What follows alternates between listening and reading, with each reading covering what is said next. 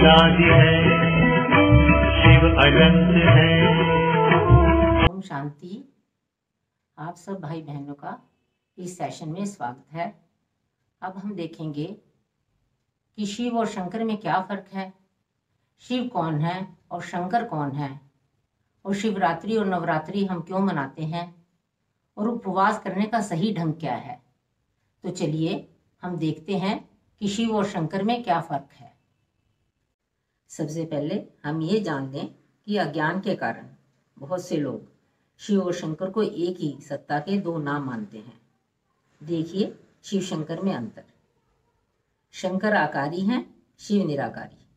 शंकर सूक्ष्म लोक निवासी, शिव परम धाम निवासी। शंकर सहारक विनाशकारी, शिव सदा कल्याणकारी। शंकर एक रचना है, शिव उसके रचयिता हैं। शंकर सदा तपस्या में लीन और शिव सत्यम शिवम सुंदरम।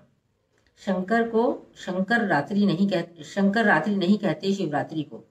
शिवरात्रि का मतलब है शिव की यादगार। अभी शंकर कौन? शंकर जो है ना, वो शिव की रचना है। शंकर के कंठ में विष दिखाया जाता है। शंकर हमेशा पार्वती, गणेश और कार्तिकेय के साथ दिखाए जाते हैं। शंकर हमेशा ध्यान में लीन रहते हैं। शंकर हैं विनाशकारी और संहारक। शंकर पर हम दूध, बेलपत्र, पानी आदि नहीं चढ़ाते। अभी शिव, भगवान शिव ज्योति बिंदु स्वरूप, जिनकी पूजा लिंग के रूप में की जाती है। आपने हर गांव और बड़े से बड़े शहर में शिवालय तो देखा ही होगा। शिव जन्म मरण से परे, आदि अनादि, सत्यम शिवम सुंदरम, सदा कल्याणकारी, सारे ब्रह्मांड के मालिक हैं। शिव ने सृष्टि के निर्माण हेतु ब्रह्मा, विष्णु, शंकर की रचना की है। शिव त्रिकालदर्शी, त्रिनेत्री, त्रिलोकीनाथ हैं। हम सब शिव से ही उत्पन्न हुए हैं और उनमें ही समा जाते हैं। वह ही नारायण है, वह ही कृष्णा है, वह ही सर्वोच्च सत्ता है। शिव सर्वगुणों शक्तियों में अनंत है। भगवान, गॉड, ईश्वर, अल्लाह सब शिव के ही नाम हैं। शिव सर्वधर्म मान्य, सर्वोच्च शक्ति, सर्वोपरि, सर्वज्ञ, सर्वगुणों में अनंत है। वह गॉड है, मीन्स जनरेटर, ऑपरेटर, डिस्ट्रॉयर, को भी रचने वाला। शिव परम सत्य है, जो समय के साथ नहीं बदलता। वह ही हमारे परम पिता, परम शिक्षक, परम सद्गुरु हैं। कहते भी हैं, खुद को शिव से जोड़ दो, बाकी सब शिव पर छोड़ दो। रब से जब भी मांगो, रब को ही मांगो, क्योंकि जब रब तुम्हारा होगा तो सब तुम्हारा होगा। ऐसी है शिव की महिमा अवर्णनीय। शास्त्रों में भी लिखा है कि यदि हम सारे सागर की शाही बना दें, जंगलों की कलम बना दें, धरती का कागज बनाएं और स्वयं मां सरस्वती शिव परमात्मा की महिमा लिखे, तो भी शिव की महिमा नहीं लिखी जा सकती। अभी नवरात्रि और शिवरात्रि के बारे में। नवरात्रि आप सबको मालूम है साल में 2 बार आती है। नवरात्रि की चर्चा हम नवरात्रों में ही करेंगे। अभी शिवरात्रि के बारे में। शिवरात्रि साल में 12 बार आती है, जिनमें से एक सावन में, जिसमें भक्त जन गंगा जल लाकर शिवलिंगों पर चढ़ाते हैं। पर सबसे ज्यादा फाल्गुन मास की कृष्ण पक्ष की चतुर्दशी को महाशिवरात्रि के रूप में मनाया जाता है। महाशिवरात्रि का महत्व इसलिए है क्योंकि यह शिव और शक्ति के मिलन की रात है। यह एक ऐसी रात्रि है जब प्रकृति मनुष्य को उसके आध्यात्मिक शिखर तक जाने में मदद करती है। इसलिए सारी रात जागरण का भी महत्व है। पूरी रात मनाई जाने वाली इस शिवरात्रि में इस बात का विशेष ध्यान रखा जाता है कि वाइब्रेशंस के प्राकृतिक प्रभाव को उमड़ने का पूरा अवसर मिले। आपको अपनी रीढ़ की हड्डी को सीधा रखते हुए शिव की याद में रात बिताना है। यह रात्रि चेतना व जागरूकता से भरी रात है।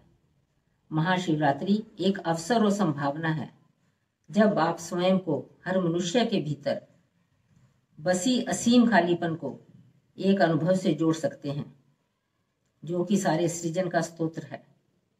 शिवरात्रि को हम विकार, अज्ञान, अंधविश्वास को खत्म करने के रूप में भी मनाते हैं।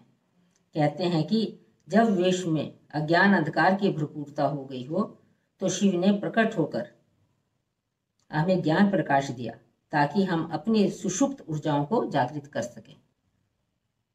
अभी उपवास के बारे में, जैसा कि हम करते भी हैं और जानते भी हैं कि जो हम व्रत करते हैं वह शरीर के स्तर का है, मतलब अनाज नहीं खाना, फलाहार, कुट्टू का आटा, फ्रूट्स खाने हैं। एक दिन पहले से हम खाने का सामान जुटाने में लग जाते हैं। यह भी किसी हद तक अच्छा है, बॉडी डिटॉक्स हो जाती है।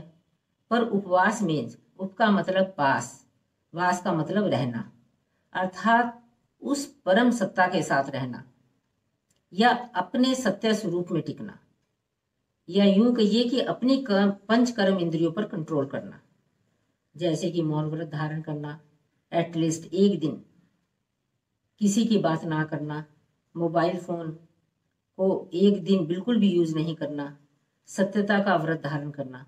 असली व्रत ये हैं। इससे हमारी मनसा, वाचा, कर्मणा पवित्र बनती है। हम खुद से जुड़कर खुदा से जुड़ते हैं और सब मनुष्य आत्माओं में शिव का ही रूप देखना। व्रत वाले दिन हमें इंटेंशन पर अटेंशन रखनी चाहिए। सजग, जागृत, अलर्ट, अवेयर, अटेंटिव। एटलीस्ट एक दिन कोई बुरा कर्म ना हो, मीठे बोल बोलूं, कम बोलूं, धीरे बोलूं। हमें अपने शरीर को ही साफ नहीं करना है, बल्कि अपने मन, बुद्धि, संस्कारों को भी पवित्र करना है। यही सच्चे मायनों में सही शिवरात्रि का व्रत है। मानसिक स्तर पर व्रत करने से आप स्वयं ही अपने मन के चमत्कार देख पाएंगे। लास्ट में इस पोएम द्वारा व्रत और शिवरात्रि की महिमा को सुनिए। आइए हम इस कविता के माध्यम से जानते हैं कि शिवरात्रि हमें कैसे मनानी चाहिए। अब की बार मनाना शिवरात्रि कुछ इस तरह से, फिर देखना शिव प्रसन्न होते किस तरह से। बुद्धि के कलश में भरकर रूहानियत का ज्ञान दूध, बुद्धि के कलश में भरकर रूहानियत का ज्ञान दूध। शुभ भावना के चढ़ा देना फूल, तोड़ फेंकना नफरत के शूल। अब की बार मनाना शिवरात्रि कुछ इस तरह से। परम पिता परमात्मा की स्मृति की टपकाना बूंद बूंद, परम पिता परमात्मा की स्मृति की टपकाना बूंद बूंद। फिर देखना किस तरह होते हो आनंद से फलीभूत। अब की बार मनाना शिवरात्रि इस तरह से। करना धारण मौन व्रत, करना धारण मौन व्रत, लेना सत्य का व्रत। व्रत करना पवित्रता का, जो वृत्ति को बदले वही होता है व्रत। अब की बार मनाना शिवरात्रि कुछ इस तरह से। दिन में कर्मों का जागरण भी जरूरी है। हो अवगत आगामी सुबह से, चढ़ा देना अपने भीतर के अफूल, बदल परंपरा से।